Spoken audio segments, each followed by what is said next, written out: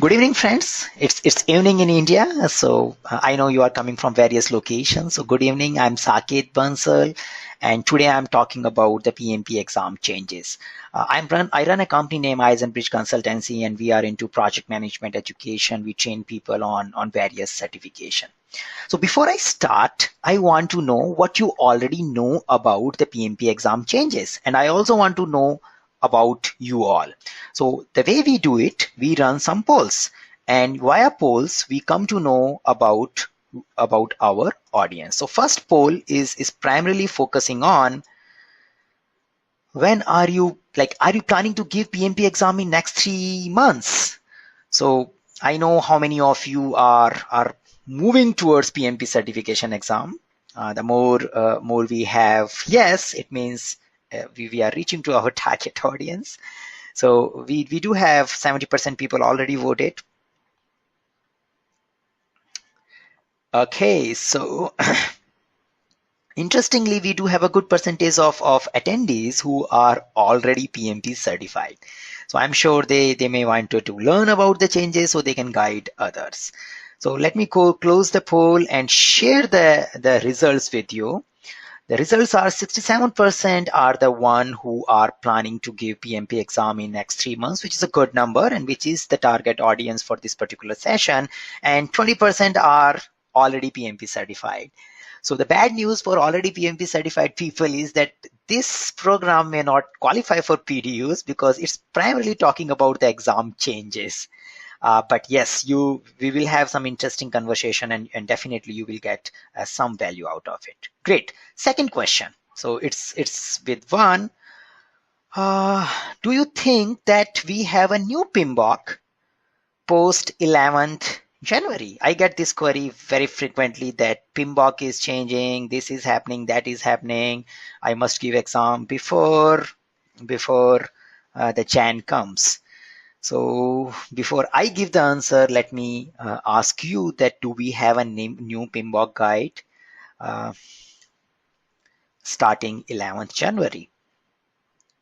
Great. So we do have a good votes, and here I share the result. And you are very right. We don't have new PMBOK. The PMBOK 5 remains valid for the new modified exam as well. So this is one of the misconception, and it's glad most of you are already aware about it. Great. Then the third poll, or I changed the sequence. In your opinion, what is the magnitude of the change? Is it high, medium, low, very high? How big these changes are? And this is the primary thing which we will explore in rest of the webinar. We will explore how big these changes are and how much you should be worried about when you think of the modified changes. So I'm not commenting about your opinion because even everybody has an opinion. Even I also have an opinion only. So, but I will just go through the content and we'll share how it looks like. And we can have the same poll again once I am done with the webinar presentation. So I'm sharing the results with you. So you also get an idea that how your fellow attendees thinks about the changes. Great. Final poll. So this one is the final one. And after that, I will start my presentation so you don't have to select something. Okay, in your opinion, how many knowledge areas are getting affected? So it is somehow related with the previous question that how big the changes are. Roughly out of 10, how many knowledge area you think might be getting affected with these changes? And this is the final poll, and we will get into the presentation post that. Great. So we do have good votes and good enough to take the session forward. Great. So I'm sharing the results, and what I'm feeling is most of the attendees are quite aware about the PMP changes, and that's a good thing. So we might be just reiterating which you already know. Great. So time to start. Now in this particular session, we are covering primarily 5 areas. We will talk about what is changing, why it is changing, what is not changing, and how the knowledge area process groups get affected by these changes, and some tips for your PMP preparation. Now, during the session, you may get questions, so you can please keep posting them into your question box or something like the chat box which you have. And once I am done with the presentations, I will spend time looking at your queries.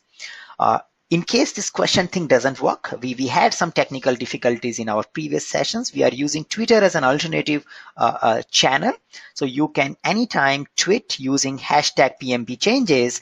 And I will also look at search result coming from hashtag PMP changes post I am done with my presentation. So let's talk about why changes. Now, many of you who have been preparing for PMP and who might be already PMP certified may not be aware of there is something called role definition study. And we do have a PMP exam content outline which describe what kind of task a typical project manager does in his day-to-day work environment. The expectation of this role definition study is identifying the right type of knowledge, skills a project manager should have. The PMP certificate only makes sense if it remains relevant with the changing time. And in order to keep the certificate relevant, periodically the PMI does something called role definition study. In a role definition study, they interact with practicing project managers and try to identify what are the areas, what are the tools, what are the skills they are using, they are in need of in order to manage project in their current environment. So on the basis of those surveys, those discussion, periodically they also update the PMP exam content outline. And this is what has happened. The PMI has gone through this role definition study, and as a result, some of the task and some of the realignment is happening in PMP exam content outline, and which is a good thing. In order to keep the PMP relevant, this is something good which PMI keeps doing. Now, even saying that this program, this webinar is about changes, but there are many things which are not changing. As of now, and forcibly complete 2016. Now we don't have a definitive date, but it looks like the complete 2016 we will have PMBOK Guide 5th edition as a reference book for the PMP exam. So we still use PMBOK Guide for reference, though there could be something which may come in an exam which is not covered in PMBOK, and it was there even before these changes came into practice. Now, people who have been preparing for PMP exam may know, especially knowledge areas like human resource and quality, we end up preparing many things which are not referred in PMBOK Guide. Why do we do that? Because they come in PMP exam content outline, and somehow a project manager end up dealing with those areas. So still, the overall content outline comes as per the alignment with PMBOK Guide 5th edition. So we use the processes, we use the knowledge area in the same way as explained in PMBOK Guide 5th editions. The process of giving PMP exam is not at all changing. No fee change, no exam pattern change. You still have 200 questions, you still have 4 hours, you still go through the same exam application filling process. The audit process remains the same. So most of the administrative things related to the PMP exam are not changing. Now, what is changing? So we know this is not changing. One thing which we want to start with, that the PMBOK Guide is prepared on knowledge area basis. So you have a 3 initial project framework related lessons, and after that we have a knowledge areas. Whereas the exam composition as per PMI is declared across the domain areas, and domain areas maps to the process group in our PMBOK Guide. So the earlier domain area composition is getting changed by just 1%. In the new exam pattern, which will get effective from 11th January 2016, we get a little bit of 1% more weightage to executing domain area. Now, process groups, executing, which has as processes related to executing area may get say 10 more questions, so or say 20 more questions, because it is a 1% change. So we have a 200 so we have 1% change, 2 more questions rather than 20. So we have 200 questions, you may get 2 more questions on executing. And similarly, the domain area closing is getting reduced by 1%, so you may get 1 question less in closing domain areas. Now, the exam content outline, which is getting revised as an output of role definition study, is something which has a collection of tasks. These tasks represent the type of work project manager does in those particular domains.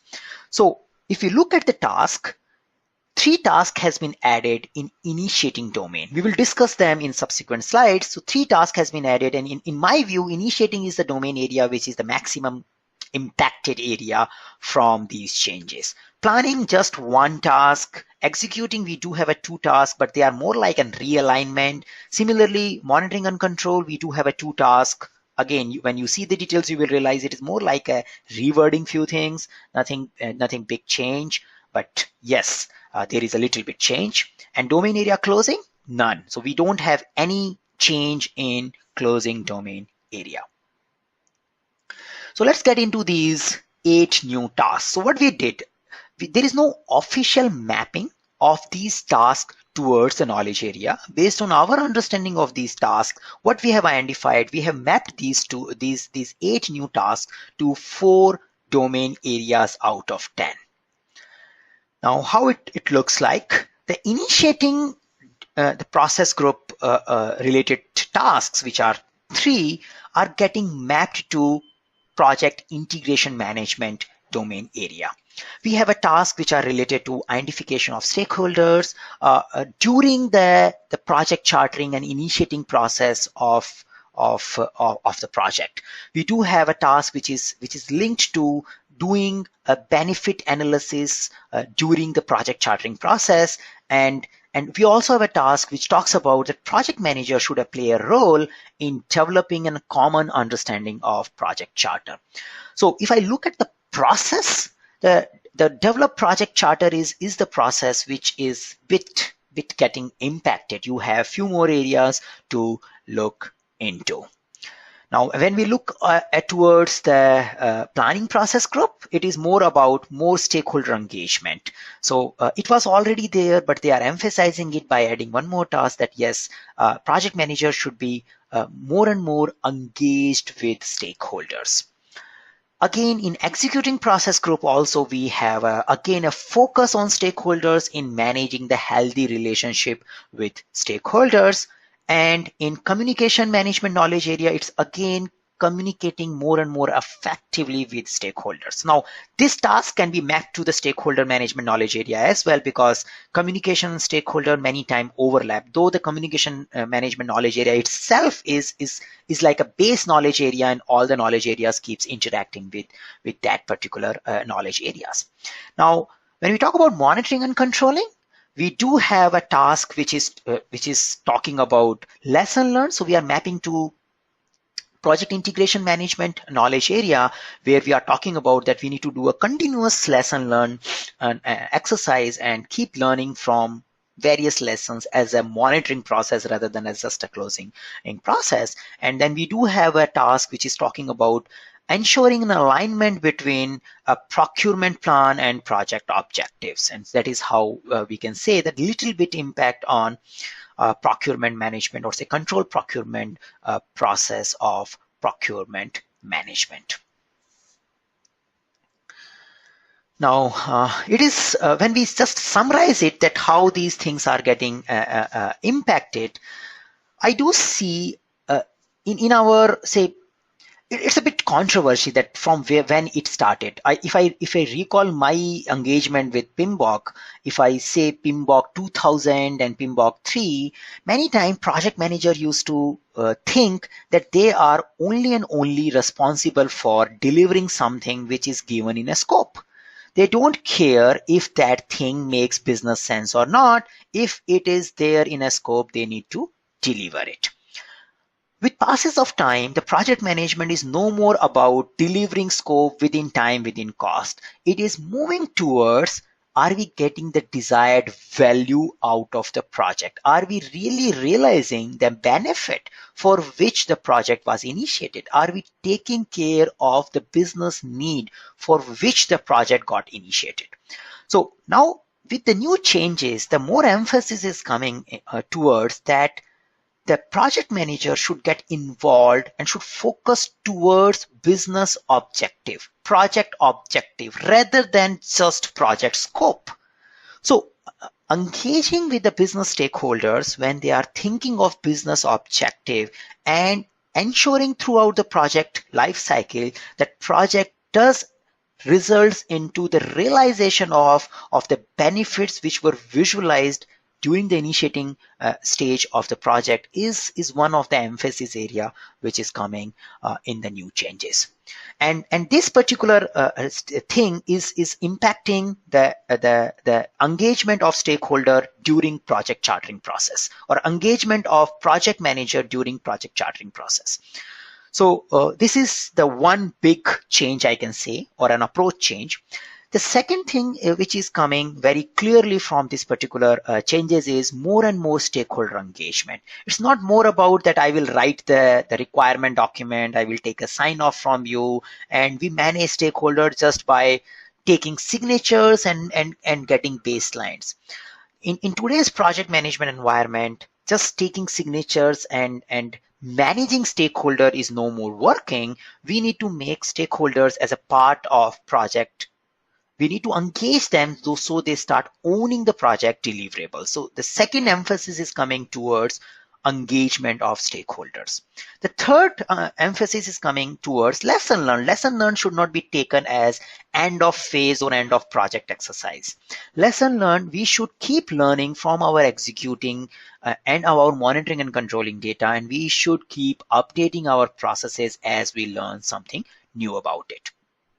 Now, these things many times were already getting practiced by project manager, and many of the courses always keep emphasizing on these things. And when we spoke about project closer and a phase closer, we in our content we keep emphasizing that even the project closer is not only a project closer, it's project / phase closers, and you need to keep learning from your phase closers as well. But with the new content, we can say that we need to learn from our monitoring and controlling processes as well.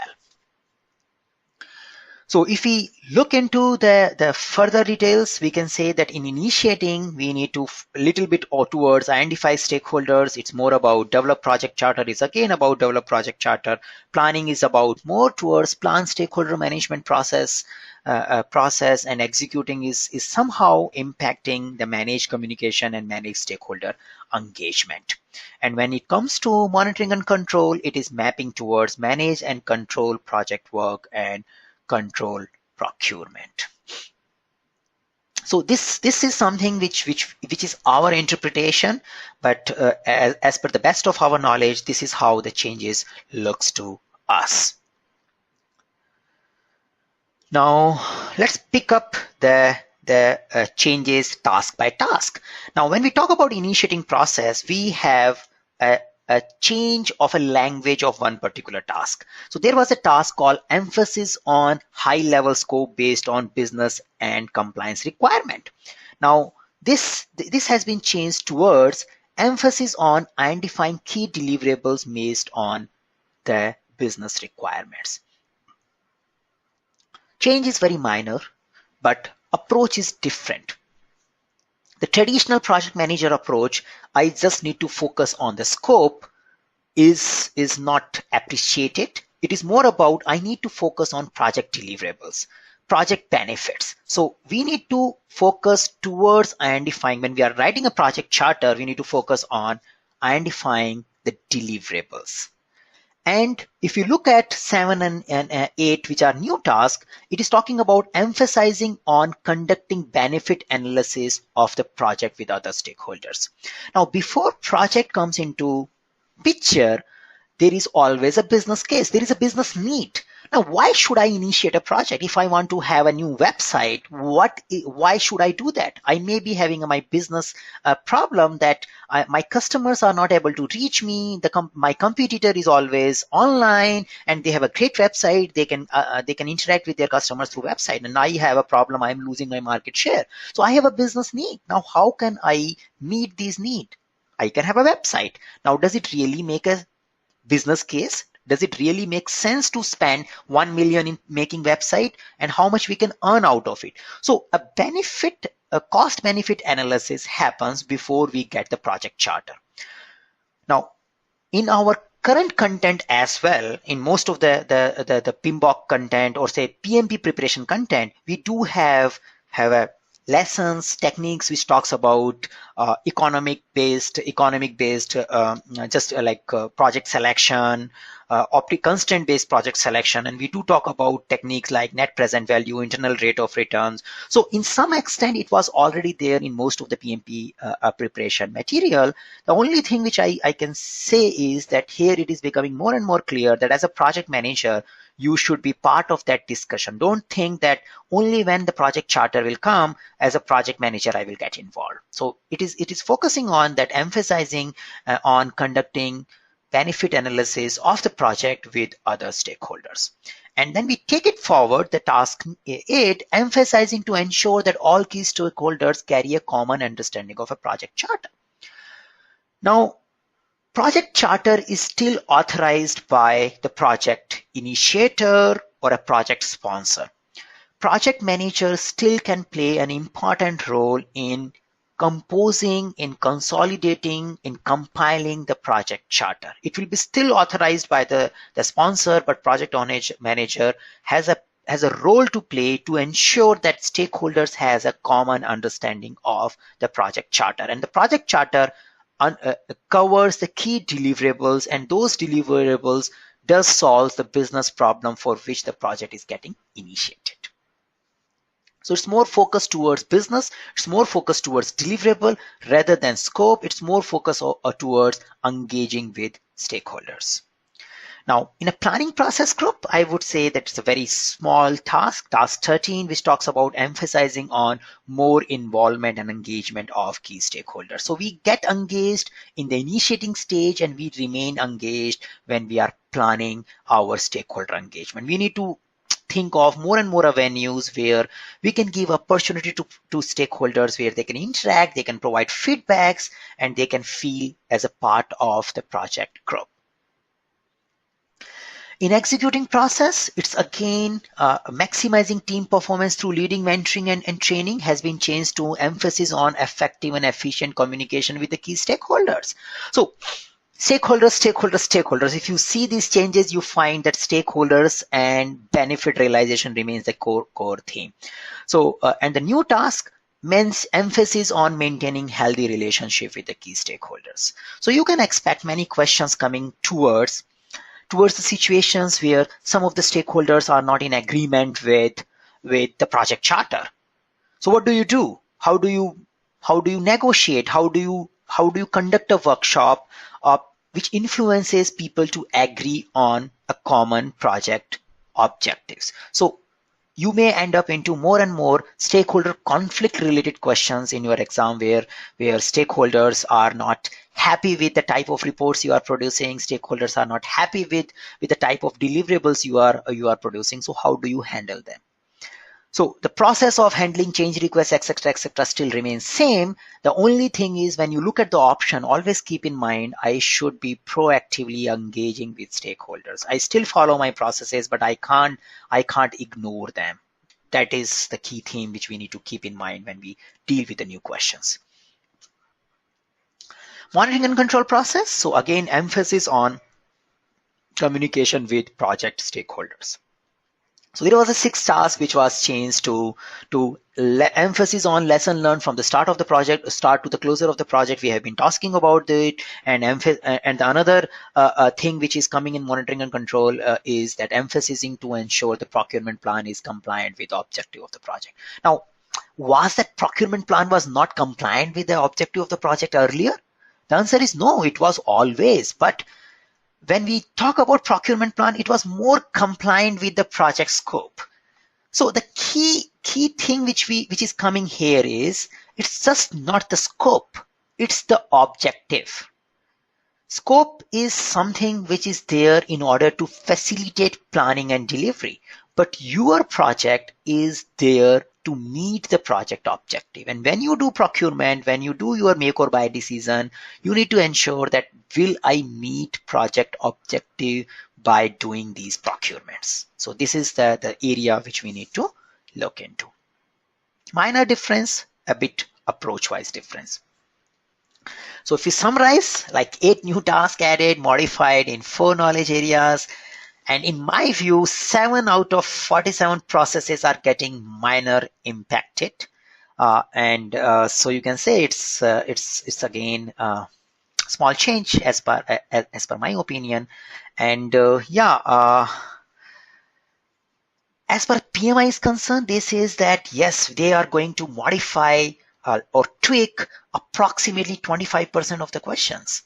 Now, this is sometimes makes people worried that, okay, 25% questions are changing, but I again re-emphasize, we get like, I don't know, approximately 20-25 people who get certified every month. And we have an enrollment, like we at our forum, we get approximately 400 to 500 new PMP people coming. People who got certified in last 1 year, 90% of them were not even aware about this PMP exam outline. What people do, they prepare PMBOK, they prepare through Rita, they use their experience, and they do great in exam. So just don't worry about the technical details of these changes. If you know your project management and PMBOK well, you are going to do great in the exam, even with the new content. So start attempting the questions. Now, one thing I can recommend here is, maybe you can spend some time reading about need assessment area. So in my video which I posted on PMP changes, I spoke about that the booklet which is from PMI, which is called Business Analysis Practice Guide. I recommend some of you, like, it's a good idea to read that book. It's a small book, 200 pages. It goes very fast. You don't have to get into analysis and other techniques, but even if you get into it, it is more or less aligned with your project scope management knowledge area. But the need assessment part is quite interesting. And since both the certificates are coming from PMI, I do feel that the content which may come towards benefit realization, objectives, and other stuff may come from that booklet. So in our PMP content, we have already added those sections because we were also running the business analysis program. And if I see a PMI's approach, PMI also want to put a business analysis as a primary area because it makes projects successful. And their idea is they are doing everything in a project management domain. So I do see a little bit alignment there. So that could be another thing you can keep in mind. So when you attempt the question, focus more on objective. Don't get too much attached to the scope, and do focus on that you can't ignore the stakeholders. You have to live with them. You have to take them along. So this is something we have been in talking later. Now, before I go further, I think I can take some questions and talk about other areas later. So I do see a lot of questions here.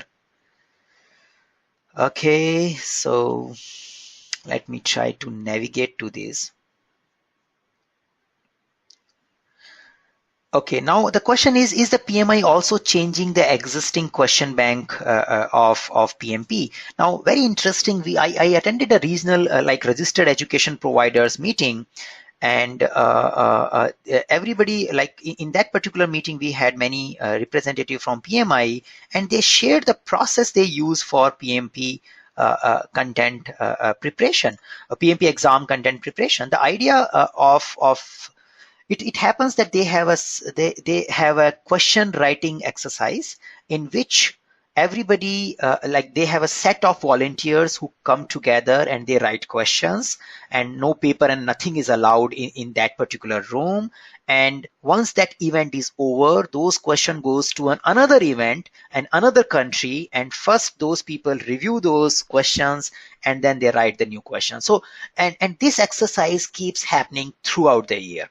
So when we say that is the existing PMP exam questions are changing, the probability is that they keep changing very fast. The 25 questions which are pre-tested questions, they get inserted on a monthly basis. And rough idea which I got from PMI staff is that there is a high probability that one question may not remain visible for more than say a month duration. It gets changing and they have a huge database. So you don't have to worry about that. Yes, is the existing content changing? Yes, the PMP contents keeps changing as far as we remain aligned with it. I am facing some problems, so let me stop the presentation mode because this mode is stopping me to get a good hold of questions. So I'm just switching off the presentation mode for a while and keeping the Q&A part ready. Okay, so okay. Now, what about edition 8 with some extra 1 and 2 chapters? So I think this might be related to which edition, I'm not sure. A PMBOK guide is going through a 5th edition. We will get into a 6th edition. So I'm not sure. So there was a question that since PMBOK does not cover all the new changes introduced, what is the reference book we can use for the containing the new syllabus? My feeling is, first, you don't have many changes, but still you can pick up Business Analysis Practice Guide. It's freely available for PMI member, and you can just go to your PMI area and download the Business Analysis Practice Guide.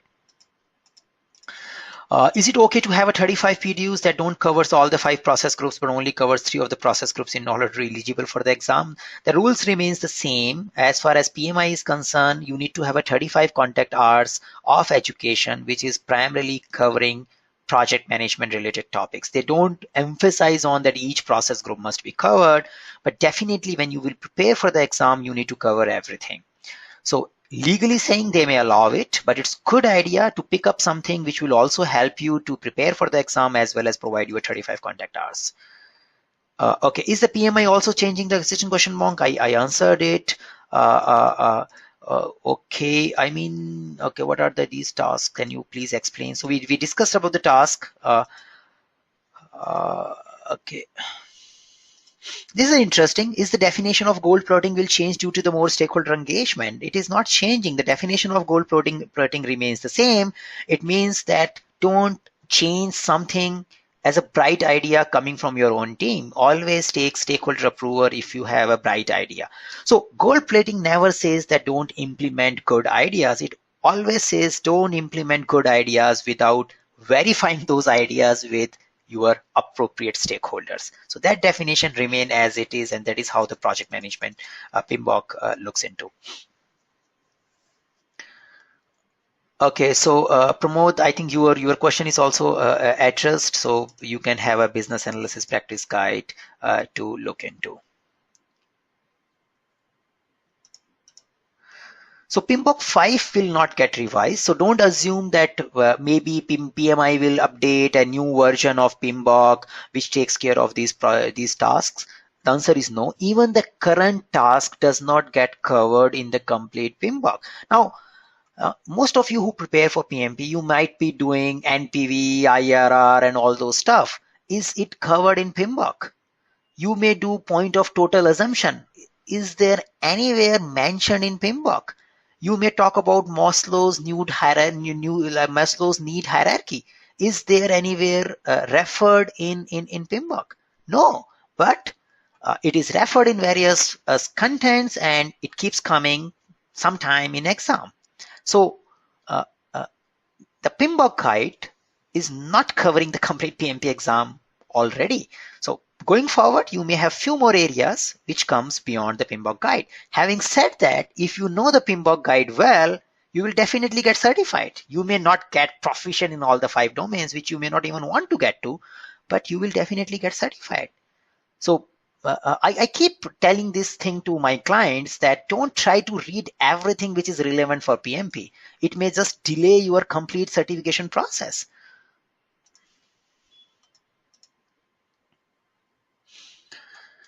So, question related to your engagement to Eisenbridge. Yes, Eisenbridge has added that need assessment related videos, which are coming from our professional business analysis guide. So you can just have a look at them. They will help you. Okay, so Vasu, I updated that. The Compass videos, the Eisenbridge content has been already updated, and we have included the need assessment area. Okay, I think the questions are getting repeated about the business analysis prestige guide. Okay, so are we putting some the practice questions? So we have added some practice questions already, and we are in the process of doing that. So I thought goal plotting is team means that someone more than agreed scope, even though team agrees to do it. So goal plating is more about something which teams does it without following the change management process, and they think it's a bright idea. That's it. If the same bright idea goes in a change management process, it's no more a goal plating.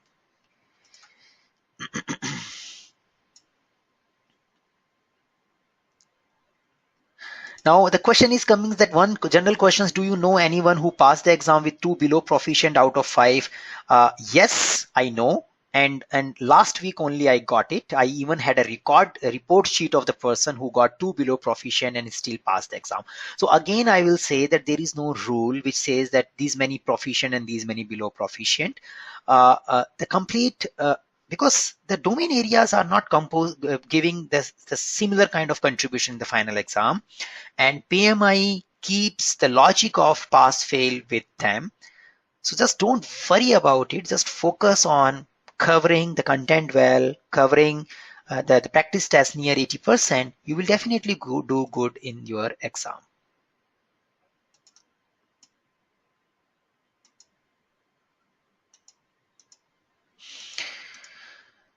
Okay, great. So I think we spoke about any other material. There was a generic question: is the PMP still relevant when the people are moving towards agile? So I would say that again, it's a context matter. All projects are not following empirical process. All projects are not following adaptive life cycle, and PMBOK is an overall umbrella. In my view, the PMBOK umbrella can easily coexist with agile execution. You can still execute an adaptive life cycle based project. Now, there are some knowledge areas like time management, they becomes totally irrelevant. The way of doing time management is very different in agile, but the overall umbrella still makes sense even for both the processes. So yes, we have posted a small video on the changes, and we will try to add some more content if for a public domain, and for our clients it's already there in our thing. Now PMBOK 6, I don't have a visibility. My best guess is it will be by December end 2016. So now I got a question. So what will be a disadvantage of giving exam in PMBOK 5 instead of PMBOK 6? There is no disadvantage. People who have given exam in PMBOK 3, they are still PMP certified. So PMBOK 6 is not there for at least 1 year. Now, is there any disadvantage giving exam post January? If you are prepared for your PMP exam, and you are scoring good in your simulations, you can definitely give the exam now only. Why you have to wait 11th January to pass? So my idea is, if your preparation level is good, go ahead and give the exam. If the preparation level is not yet good, just don't hurry things because PMP exam is changing. Because it's an expensive exam, so you may lose money. Definitely you can do it again, but it's an expensive exam. So and it's emotionally also difficult to face an exam failure. Okay, so now the final questions is, it is saying the PDUs which are earned now are valid. So again, PDUs earned are valid forever. As per PMI, PDUs never expire. So you can keep using your existing PDUs till the time you want to give the PMP exam. Now, anything related to PMP exam preparation, portfolio management, etc., please use our form, forum.eisenbridge.com. We will have a good discussion related to more exam tips. So let me go ahead and introduce one of our new program, which is a virtual program for PMP preparation, and let me give you a brief idea about it, because some of you may find it interesting to know. So of late, we have been doing our online self-paced PMP program for a while now, 3 years now, but we were getting some requests that is there any possibility to have a live virtual sessions for your PMP content. So now we have started doing live virtual programs.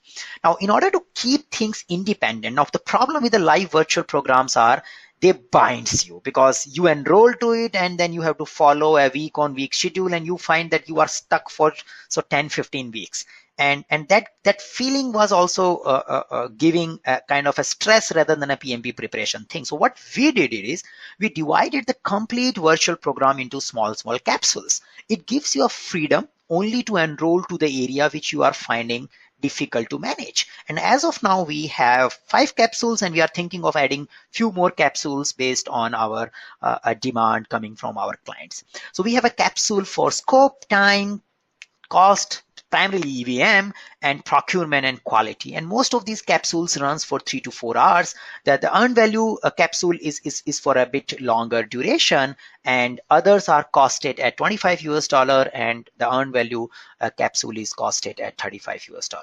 You can also buy the complete pack, and this there will be a rhythm of these capsules. So like every month there is a calendar where these capsules get repeated. So it's not like that you have bought a package and you need to finish it in a one go. You can wait for 2-3 months, and as per your convenience you can attend these programs. They are done in more or less in the same time at this point I'm talking about. So you can think of 2 hours before this webinar and 2 hours after this webinar. That is a kind of median time which we are using for these capsules, and we are running them on Saturdays and Sundays. So if you find that you need a live interaction with a trainer for some areas, so you can look towards these capsules, and they will be helping you to get certified. Definitely our PMP program, our self-paced programs remains there for helping you with the new content to get you certified, and our forum.eisenbridge.com is also available many times free of cost. Also, we have an open area which is quite interactive, and today I was just browsing to a forum and I realized that our lesson learned area has crossed 100. So now more than 100 people have shared their PMP success. So the real number of PMP success is far high, but this is a number where people have shared their complete PMP certification journey at our forum. So people who are preparing for PMP, I would recommend them to go through those lesson learned and also make use of our forum.eisenbridge.com. It's a great resource which can help you to prepare for your PMP. If you have further questions, you can post them at our forum. You can also tweet them using hashtag PMP changes, or you can hashtag Eisenbridge. We will keep eye on those tags. And finally, I think I close with a poll. I asked the same question which I asked before, that as per your opinion, what is the magnitude of PMP changes? Great. So we have a better understanding. More or less, you were already having the same understanding before. Yes, the changes are low and medium, so they are not that big. Yes, there are some approach level changes which needs to be taken care, because we want to remain compatible with the current project management trend. It's just not an exam. It's more about making you ready for the PMP, the project management profession. And in order to remain ready for the project management profession, definitely we need to be equipped with the things which are relevant in the market. So thank you. So we do have a Sandeep batch for PMP Fast Track program. It is starting next month itself. You can just check our website. It's there. And yeah, if you have any follow-up query, please feel free to connect with us. So thank you, friends. Thank you for joining our program. It's always pleasure talking with old clients and interacting with towards PMP and other project management stuff. Stay connected, use our forum and Twitter for continuous interaction. Thank you.